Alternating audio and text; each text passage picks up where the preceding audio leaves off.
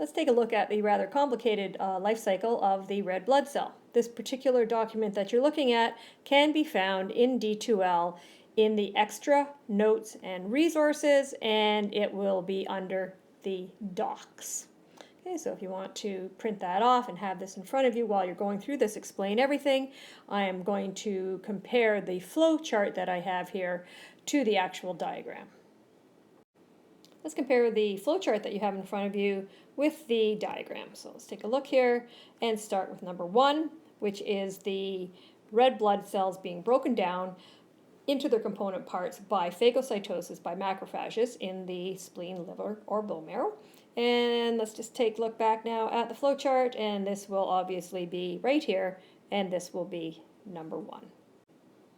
Now let's look at step number 2, which is the components of the red blood cell being broken down into its component parts, which is going to include globin, which is going to be the protein part, and the non-protein part, which is going to be the heme.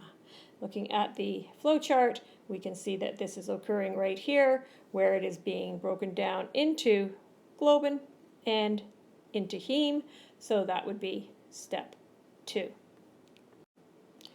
After the red blood cell has been broken down into its component parts, there is then going to be 2 different paths that the components are going to take, and this is going to be number 3 right here. Okay, the globin, the protein, is going to be broken down into its component amino acids and then be reused for protein synthesis. Okay. The non-protein part, the heme, okay, number 4 here, is going to be broken down, and the iron will be released from the heme. Go back to our flow chart. Steps 3 and steps 4 are right here. Here is the globin being broken down into amino acids and reused for protein synthesis, and here is the heme, number 4, being broken down into iron. Let's follow the path that the iron is going to take. So number 5 is that it is going to be transported, okay, transferred in the blood via transferrin. Okay, so transport transferrin. Looking back here, number 5 is going to be right here where it, where it combines with transferrin for transport in the blood.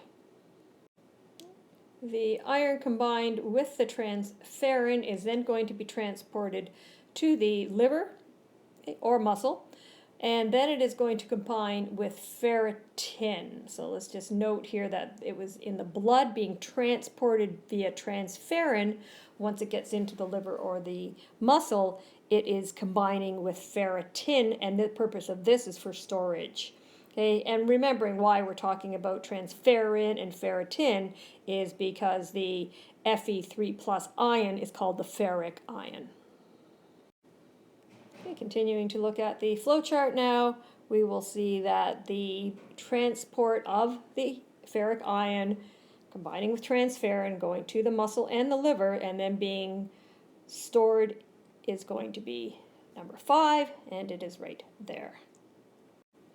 When needed, the iron, the ferric ion, is going to be released from the liver, and of course it's going back into the blood, so it is going to have to recombine with transferrin to be transported in the blood. Okay, and number 6 right here, okay, released from storage and is going to combine with transferrin. Once again, transferrin for transport in the blood. The transferrin is then going to transport the iron back to the red bone marrow, okay, number 7 here, and in the red bone marrow the iron and the globin will recombine to form the hemoglobin, and the red blood cells will be reproduced by the process of erythropoiesis. Number 8. Okay, looking here, we have number 7, which is the transport back to the red bone marrow, and then erythropoiesis, and the hemoglobin synthesis is number 8. Let's go back now to the original steps where we were looking at what happened after the phagocytosis of the red blood cell. we looked at the fact that the protein part is going to get broken down into amino acids and then reused for protein synthesis, and that the heme component was broken down, okay, and the ferric ion followed the path that we just took. Now what we have to look at is what happens to the non-iron component of the heme group. And so now we're going to be skipping to stage 9. Okay, there's another little step there, but we're not going to talk about it too much. Let's just say that overall the heme is converted into bilirubin. Okay, so that's step number 9. And on our chart here, we are going to see right here that the non-iron component of the heme, okay, is getting converted into bilirubin. The bilirubin then is going to go to the liver, as you can see here in step 10, going to the liver, and then will be released in bile, and that's why this little arrow here is green.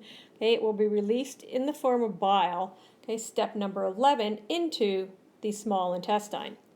So going back to our flow chart here, we have step number 10, which is it going to the liver. And then number 11 is it's being released in the form of bile into the small intestine. Following the path, we'll see that the bilirubin is then going to be converted via bacteria into something called urobilinogen. Okay, that is going to be number 12. And then via the blood, it will be transported to the kidneys, where it will be converted into urobilin or urobilin. Okay, and this is the component that causes the urine to be a yellowish color. So number 12 and 13, if we look at the flow chart right here, we will see that number 12, via the bacteria, the bilirubin is going to be converted into urobilinogen, okay, then going to the kidneys to be converted into urobilin and secreted in the urine. Going back for a minute, looking at the bilirubin, you can see that there's an alternate pathway that the urobilinogen can take, and that is going to be number 14 here, where it is converted into stercobilin, okay, stercobilin, and it will be excreted in the feces. The stercobilin is the bile pigment that gives the brown color of human feces.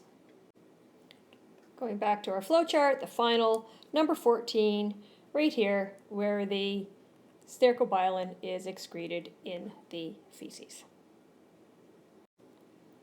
The final point I'd like to make is to note that this is a cycle.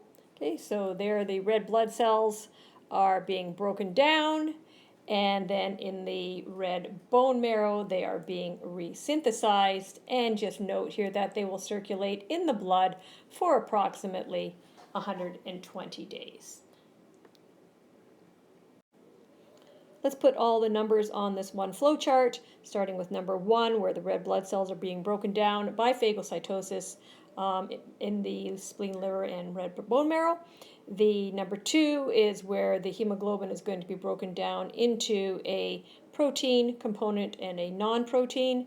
The protein will further be broken down into amino acids and reused for protein synthesis, where the heme will be broken down into an iron, okay, a ferric ion, and combined with transferrin for transport into the blood to the muscles and the liver, and then be stored, and if needed will be released from storage, recombining with the transferrin in the blood, transported to the red bone marrow, and then resynthesized.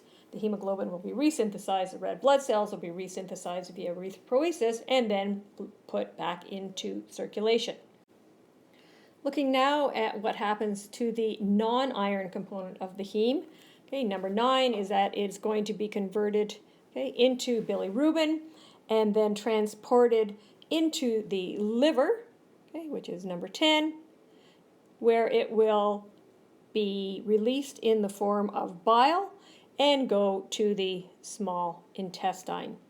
Okay, from the small intestine, it will then go into the large intestine and be converted by bacteria into urobilinogen, and then it has two possible fates. It can either be converted to stercobilin and excreted in the feces, or it can go to the blood and be released from the kidneys in the form of urobilin.